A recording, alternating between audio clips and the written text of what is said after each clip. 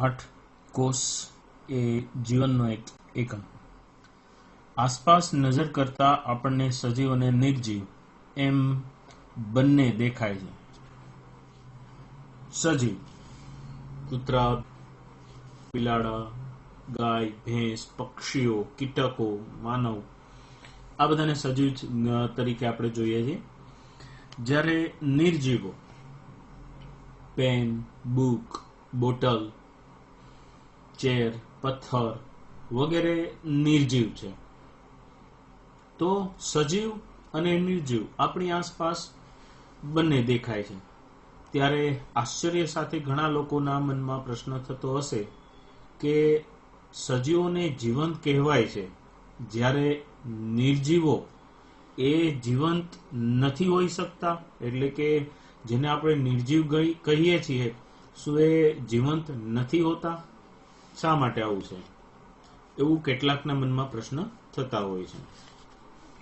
આ જિજ્ઞાસા પૂર્તિનો જવાબ માત્ર એક જ હોઈ શકે કે બધા જ જીવંત સજીવોના જીવનના આધારભૂત એકમ તરીકે કોષની હાજરી, એટલે કે જે સજીવને આપણે જીવંત એટલે કે સજીવ તરીકે ગણીએ છીએ એ સજીવના જીવનમાં આધારભૂત એના શરીરમાં બંધારણીય કાર્ય કરનારો ઘટક જે કોઈ છે એ કોષ એમાં જોવા મળવો જોઈએ।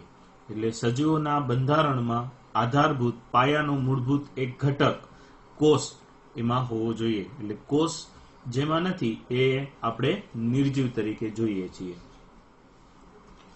બધા જ સજીવો કોષથી બનેલા છે। આપણે હમણાં વાત કરી કે સજીવો છે એના જીવનમાં આધારભૂત એકમ કોષ તરીકે કોષની હાજરી છે। તો એના આધારે કહી શકાય બધા જ સજીવો કોષથી બનેલા છે। કોષની હાજરીને કારણે સજીવોને બે પ્રકારમાં જોવામાં આવે છે।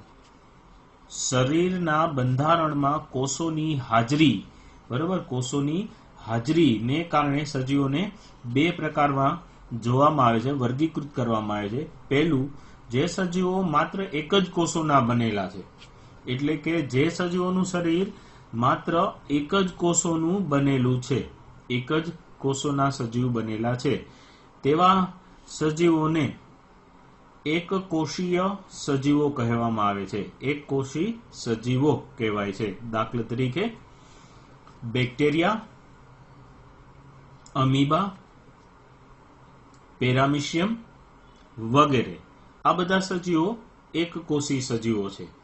ફૂગમાં યીસ્ટ પણ એક કોષી સજીવમાં આવે છે, કારણ કે આવા તમામ સજીવોના શરીર માત્ર ને માત્ર એક જ કોષથી બનેલા છે।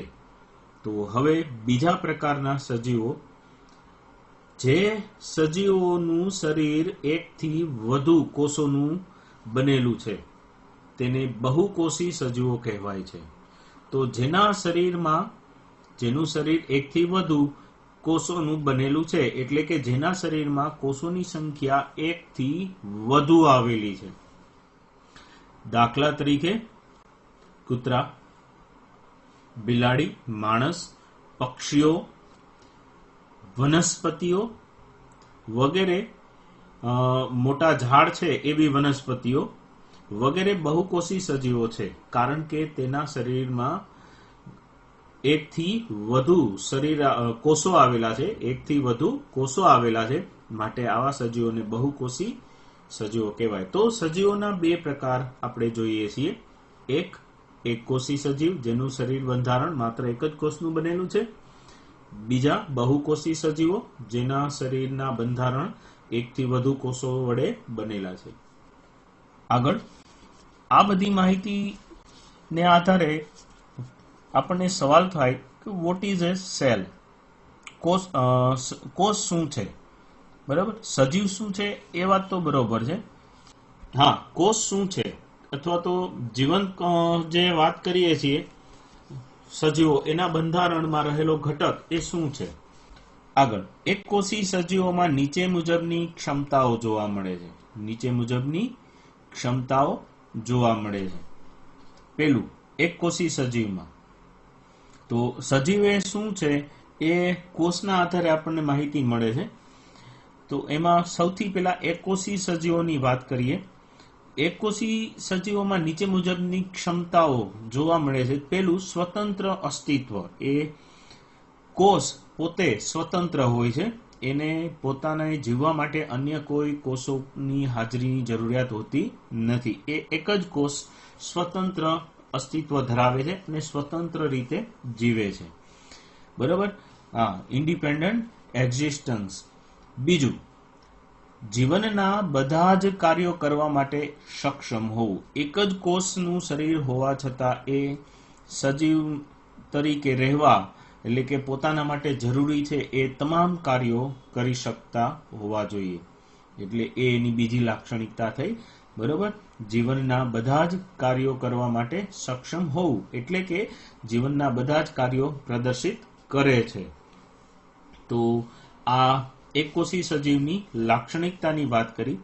આગળ, કોષની સંપૂર્ણ રચના વગર કોઈ પણ સજીવનું સ્વતંત્ર જીવન અસ્તિત્વ ધરાવતું નથી. કોષની સંપૂર્ણ રચના વગર એટલે જો કોઈ જીવંત સજીવ તરીકે આપણે ગણતા હોઈએ તો એના શરીરમાં એક ઓછામાં ઓછો કોષ હોવો જરૂરી છે. કોષની સંપૂર્ણ રચના વગર કોઈ પણ સજીવનું સ્વતંત્ર જીવન અસ્તિત્વ ધરાવતું નથી. તો અહીંયા જો કોષીય રચના ના હોય તો એ સજીવ જીવંત સ્વતંત્ર રીતે જીવી શકતું નથી. એને જીવવા માટે અન્ય સજીવોનો કે અન્ય ઘટકનો આશરો લેવો પડે છે. આપણે આગળ જોશું, જેમ કે વાયરસ એ સંપૂર્ણ કોષ રચના નથી. તો કોષની સંપૂર્ણ રચના વગર કોઈ પણ સજીવનું સ્વતંત્ર જીવન અસ્તિત્વ ધરાવતું નથી. એટલે કોષની રચના હોવી જરૂરી છે, તો જ એ જીવંત રહી શકે છે. તેથી કોષ જીવંત સજીવનો પાયાનો રચનાત્મક અને ક્રિયાત્મક એકમ છે. જો આ એક વ્યાખ્યા છે કોષની ડેફિનેશન, બરાબર? કોષની વ્યાખ્યા તરીકે આ રજૂ કરાતી હોય છે. કોષ જીવંત સજીવનો પાયાનો રચનાત્મક અને ક્રિયાત્મક એકમ છે. બરાબર? જીવંત સજીવનો પાયાનો રચનાત્મક, એક બંધારણ બનાવી આપનારો, એની રચના કરનારો, સજીવની રચના કરનારો અને સજીવની તમામ ક્રિયાઓનો મૂળભૂત ઘટક હોય એવો, સજીવનો રચનાત્મક અને ક્રિયાત્મક હોય એવો પાયાનો ઘટક છે, એકમ છે. બરાબર? કોષ જીવંત સજીવનો પાયાનો રચનાત્મક અને ક્રિયાત્મક એકમ છે, જેને કોષની વ્યાખ્યા તરીકે પણ રજૂ કરાય છે. એક વૈજ્ઞાનિક છે જેનું નામ એન્ટન લ્યુવાનહોક. શું નામ છે? એન્ટન લ્યુવાનહોક. આ વૈજ્ઞાનિક એન્ટન લ્યુવાનહોક નામના વૈજ્ઞાનિકે સૌપ્રથમ જીવંત કોષોનું નિદર્શન કરેલું, એટલે કે અવલોકન કરેલું. એને સૌપ્રથમ જીવંત કોષ જોયેલો. બરાબર? એટલે કે તેને સૌપ્રથમ અવલોકન અને વર્ણન કરેલું. કયો વૈજ્ઞાનિક? એન્ટન લ્યુવાનહોક સૌપ્રથમ કોષને વર્ણન કરનારો, કોષનું અવલોકન કરનારો વૈજ્ઞાનિક છે એવું અહીંયા કહેવાયેલું છે. ત્યારબાદ રોબર્ટ બ્રાઉન નામના વૈજ્ઞાનિકે, રોબર્ટ બ્રાઉને ત્યારબાદ કોષ કેન્દ્ર એટલે કે ન્યુક્લિયસની શોધ કરી. તો સૌપ્રથમ કોષને જોનાર વૈજ્ઞાનિક એન્ટન લ્યુવાનહોક અને તેની અંદર કોષ કેન્દ્ર નામનો એક ઘટક છે એનું અવલોકન કરનારો વૈજ્ઞાનિક રોબર્ટ બ્રાઉન. બરાબર? તો એને સંશોધન કરેલું. ધ્યાનમાં રાખીએ, બ્રાઉન કલર ઉપરથી આપણે યાદ રાખી લઈએ આ રોબર્ટ બ્રાઉનને ત્યારબાદ કોષ કેન્દ્રની શોધ કરી. બરાબર? કોષ જોનાર કોણ થયો? એન્ટન લ્યુવાનહોક અને આ છે રોબર્ટ બ્રાઉન. ઓકે, આગળ. માઇક્રોસ્કોપની શોધ તથા તેમાં આવેલા સુધારાઓ અને ઇલેક્ટ્રોન માઇક્રોસ્કોપની શોધ બાદ કોષની વિસ્તૃત માહિતી આપણને મળી શકે. એટલે કોષ વિશેની બાકીની માહિતી જેમ જેમ માઇક્રોસ્કોપમાં નવું ઉમેરાતું ગયું, નવા સંશોધનો થતા ગયા, વધુ આધુનિક સૂક્ષ્મદર્શક યંત્રો આવતા ગયા, એમ આપણને કોષ વિશેની માહિતીઓ મળતી ગઈ. તો આ એનો એક ઇતિહાસ, કોષને લગતો થોડો ઇતિહાસ છે કે કોષનું સૌપ્રથમ શોધ અને એના મૂળભૂત એક ઘટક કોષ કેન્દ્રની સૌપ્રથમ શોધ ક્યારે થઈ. બરાબર. આગળ હવે આપણે જોઈએ કોષવાદ, એક નવી theory, કોષવાદ, cell theory. મેથિયસ Schleiden 1838, German બોટનિસ્ટ એટલે કે વનસ્પતિ શાસ્ત્રી. મેથિસ સ્લીડન વનસ્પતિ શાસ્ત્રી એટલે કે વનસ્પતિ વિજ્ઞાનના એ નિષ્ણાંત હતા. તેને મોટી સંખ્યામાં વનસ્પતિઓના અભ્યાસ અને અવલોકનથી જણાવ્યું કે બધી જ વનસ્પતિઓ અલગ અલગ પ્રકારના કોષોની બનેલી છે.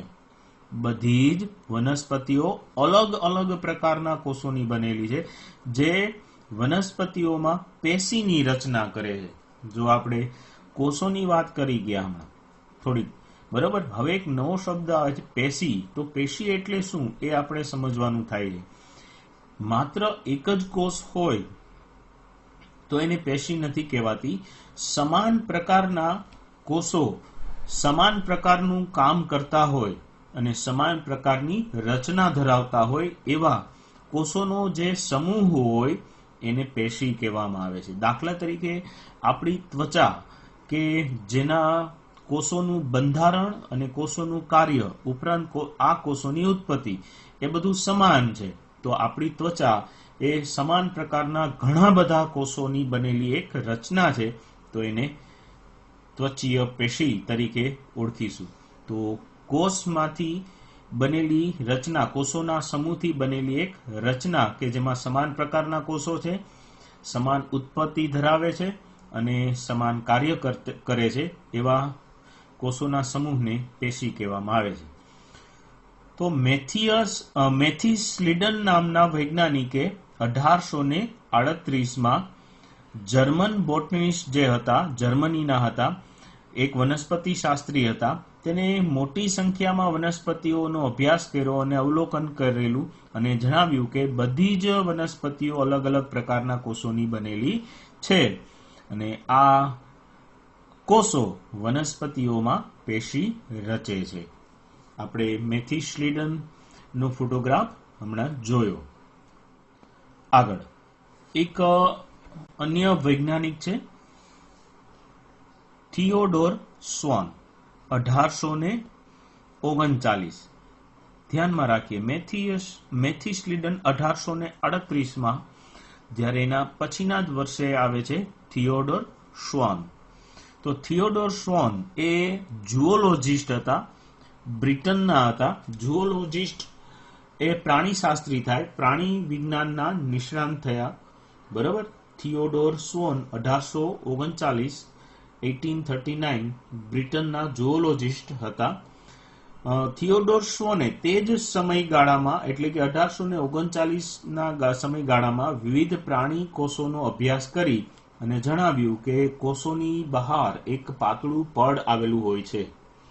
કોષોની બહાર એક પાતળું પડ આવેલું હોય છે, જેને આજે કોષ રસ પટલ એટલે કે પ્લાઝ્મા મેમ્બ્રેન તરીકે ઓળખીએ છીએ.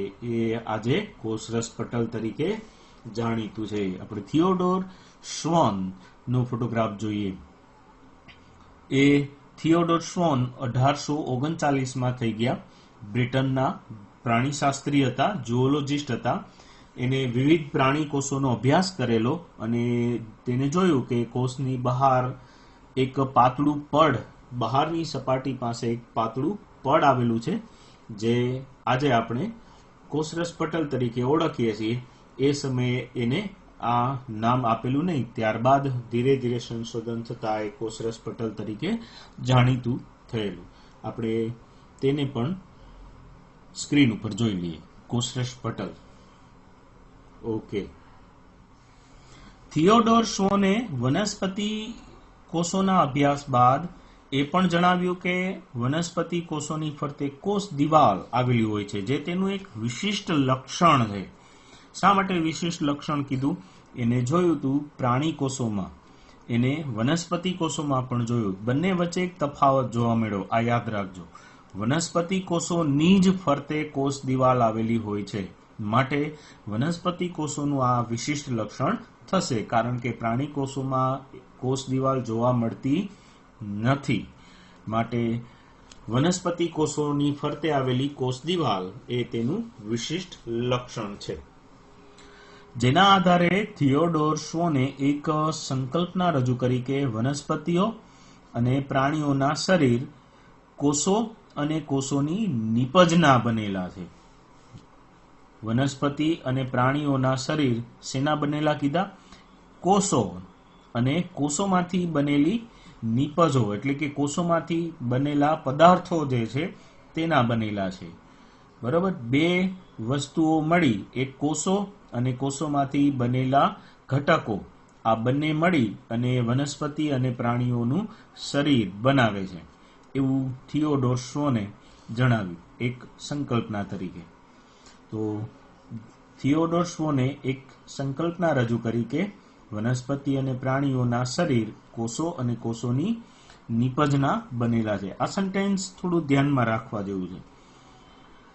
આગળ, સ્લીડન અને શ્વોન, મેથિસ સ્લીડન અને થિયોડોર શ્વોન બંને ભેગા મળી અને કોષવાદ રજૂ કરે છે.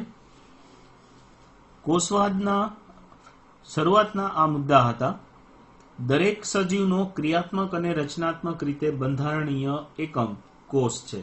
આપણે આ વાત કોષની વ્યાખ્યા તરીકે જોતા. બરાબર. હવે બીજો મુદ્દો, દરેક સજીવો કોષો અને કોષોની નીપજના બનેલા છે.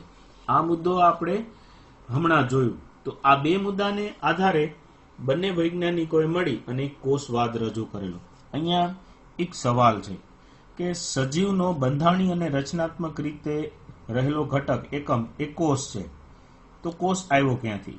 બીજું, દરેક સજીવો કોષો અને કોષોની નીપજના બનેલા છે, તો આ ઘણા બધા કોષો છે, એ કોષો નિર્માણ ઉત્પન્ન કેવી રીતે થાય? અહીંયા કોષોના સર્જન વિશે કોઈ વાત નથી. બરોબર, માત્ર એટલું છે કે સજીવનો ક્રિયાત્મક બંધારણીય રીતે રચનાત્મક બંધારણ રીતે એકમ કોષ છે અને સજીવો કોષો અને કોષની નીપજના બનેલા છે. તો કોષો ક્યાંથી આવ્યા? આ મુદ્દો કોષવાદમાં સમજાતો નથી. તો અહીંયા કોષવાદ અધૂરો છે. હવે આગળ જોઈએ તો એના વિશે ધ્યાનમાં આવશે. પરંતુ આ સિદ્ધાંત નવા કોષોનું સર્જન કેવી રીતે થાય છે તે સમજાવવામાં અસમર્થ રહ્યો. બરાબર, નવા કોષો કેવી રીતે બને છે, મૂળભૂત કોષ કેવી રીતે સર્જન થાય એ અહીંયા સમજાતું નથી. હવે એક નવા વૈજ્ઞાનિકની વાત આવી છે. જેનું નામ છે રુડોલ્ફ વિર્સોવ, 1855. રુડોલ્ફ વિર્સોવ નામના વૈજ્ઞાનિકે સૌપ્રથમ પુરવાર કર્યું કે પૂર્વે એટલે કે અગાઉ અસ્તિત્વ ધરાવતા કોષોનું કોષ વિભાજન થવાથી નવો કોષ બને છે. એટલે કે એક કોષમાંથી બે કોષ બને અને એના કારણે નવો કોષ તૈયાર થાય છે. તો રુડોલ્ફ વિર્સોવે જણાવ્યું કે પૂર્વે અસ્તિત્વ ધરાવતા કોષોનું કોષ વિભાજન થવાથી નવો કોષ બને છે. એટલે કે કોષ પોતે વિભાજન પામીને અગાઉ અસ્તિત્વ ધરાવતા કોષોમાંથી નવા કોષોનું સર્જન કરે છે. બરાબર, તો કોષ વિભાજન થવાથી નવા કોષોનું સર્જન થાય છે. આ રીતે ત્રીજો મુદ્દો ધ્યાનમાં આવે છે. આમ સ્લીડન અને શ્વોને આપેલી સંકલ્પનાને તેમણે નવું સ્વરૂપ આપ્યું અને જેથી કોષવાદનું અંતિમ સ્વરૂપ બરાબર, કોષવાદનું અંતિમ સ્વરૂપ રજૂ થાય છે. આજે આ કોષવાદ નીચે મુજબ બને છે, આપણે જોઈએ છીએ. પેલું, બધા જ જીવંત સજીવો કોષ અને કોષોની નીપજોના બનેલા છે. આ જ મુદ્દામાં એક કોષની વ્યાખ્યાનો મુદ્દો આવી જાય છે. બરાબર, સજીવનો બંધારણીય અને ક્રિયાત્મક એકમ રચનાત્મક એકમ કોષ છે, એ અહીંયા સાથે આમાં સંકળાઈ જાય છે. બધા જ જીવંત સજીવો કોષ અને કોષોની નીપજોના બનેલા છે અને નવો મુદ્દો તૈયાર થાય છે ઉમેરાય છે. બધા જ કોષોનું સર્જન પૂર્વે એટલે કે અગાઉ પૂર્વે અસ્તિત્વ ધરાવતા કોષોમાંથી જ થાય છે. તો નવો કોષ કેવી રીતે નિર્માણ થાય છે એની અહીંયા સમજૂતી મળી જાય છે. ઓકે, અહીંયા આપણે કોષવાદ સમજીએ છીએ. હવે આવતા વિડીયોમાં આવતા વખતે કોષોનું વિહંગાવલોકન આ અંગે ચર્ચા કરીશું. ઓકે.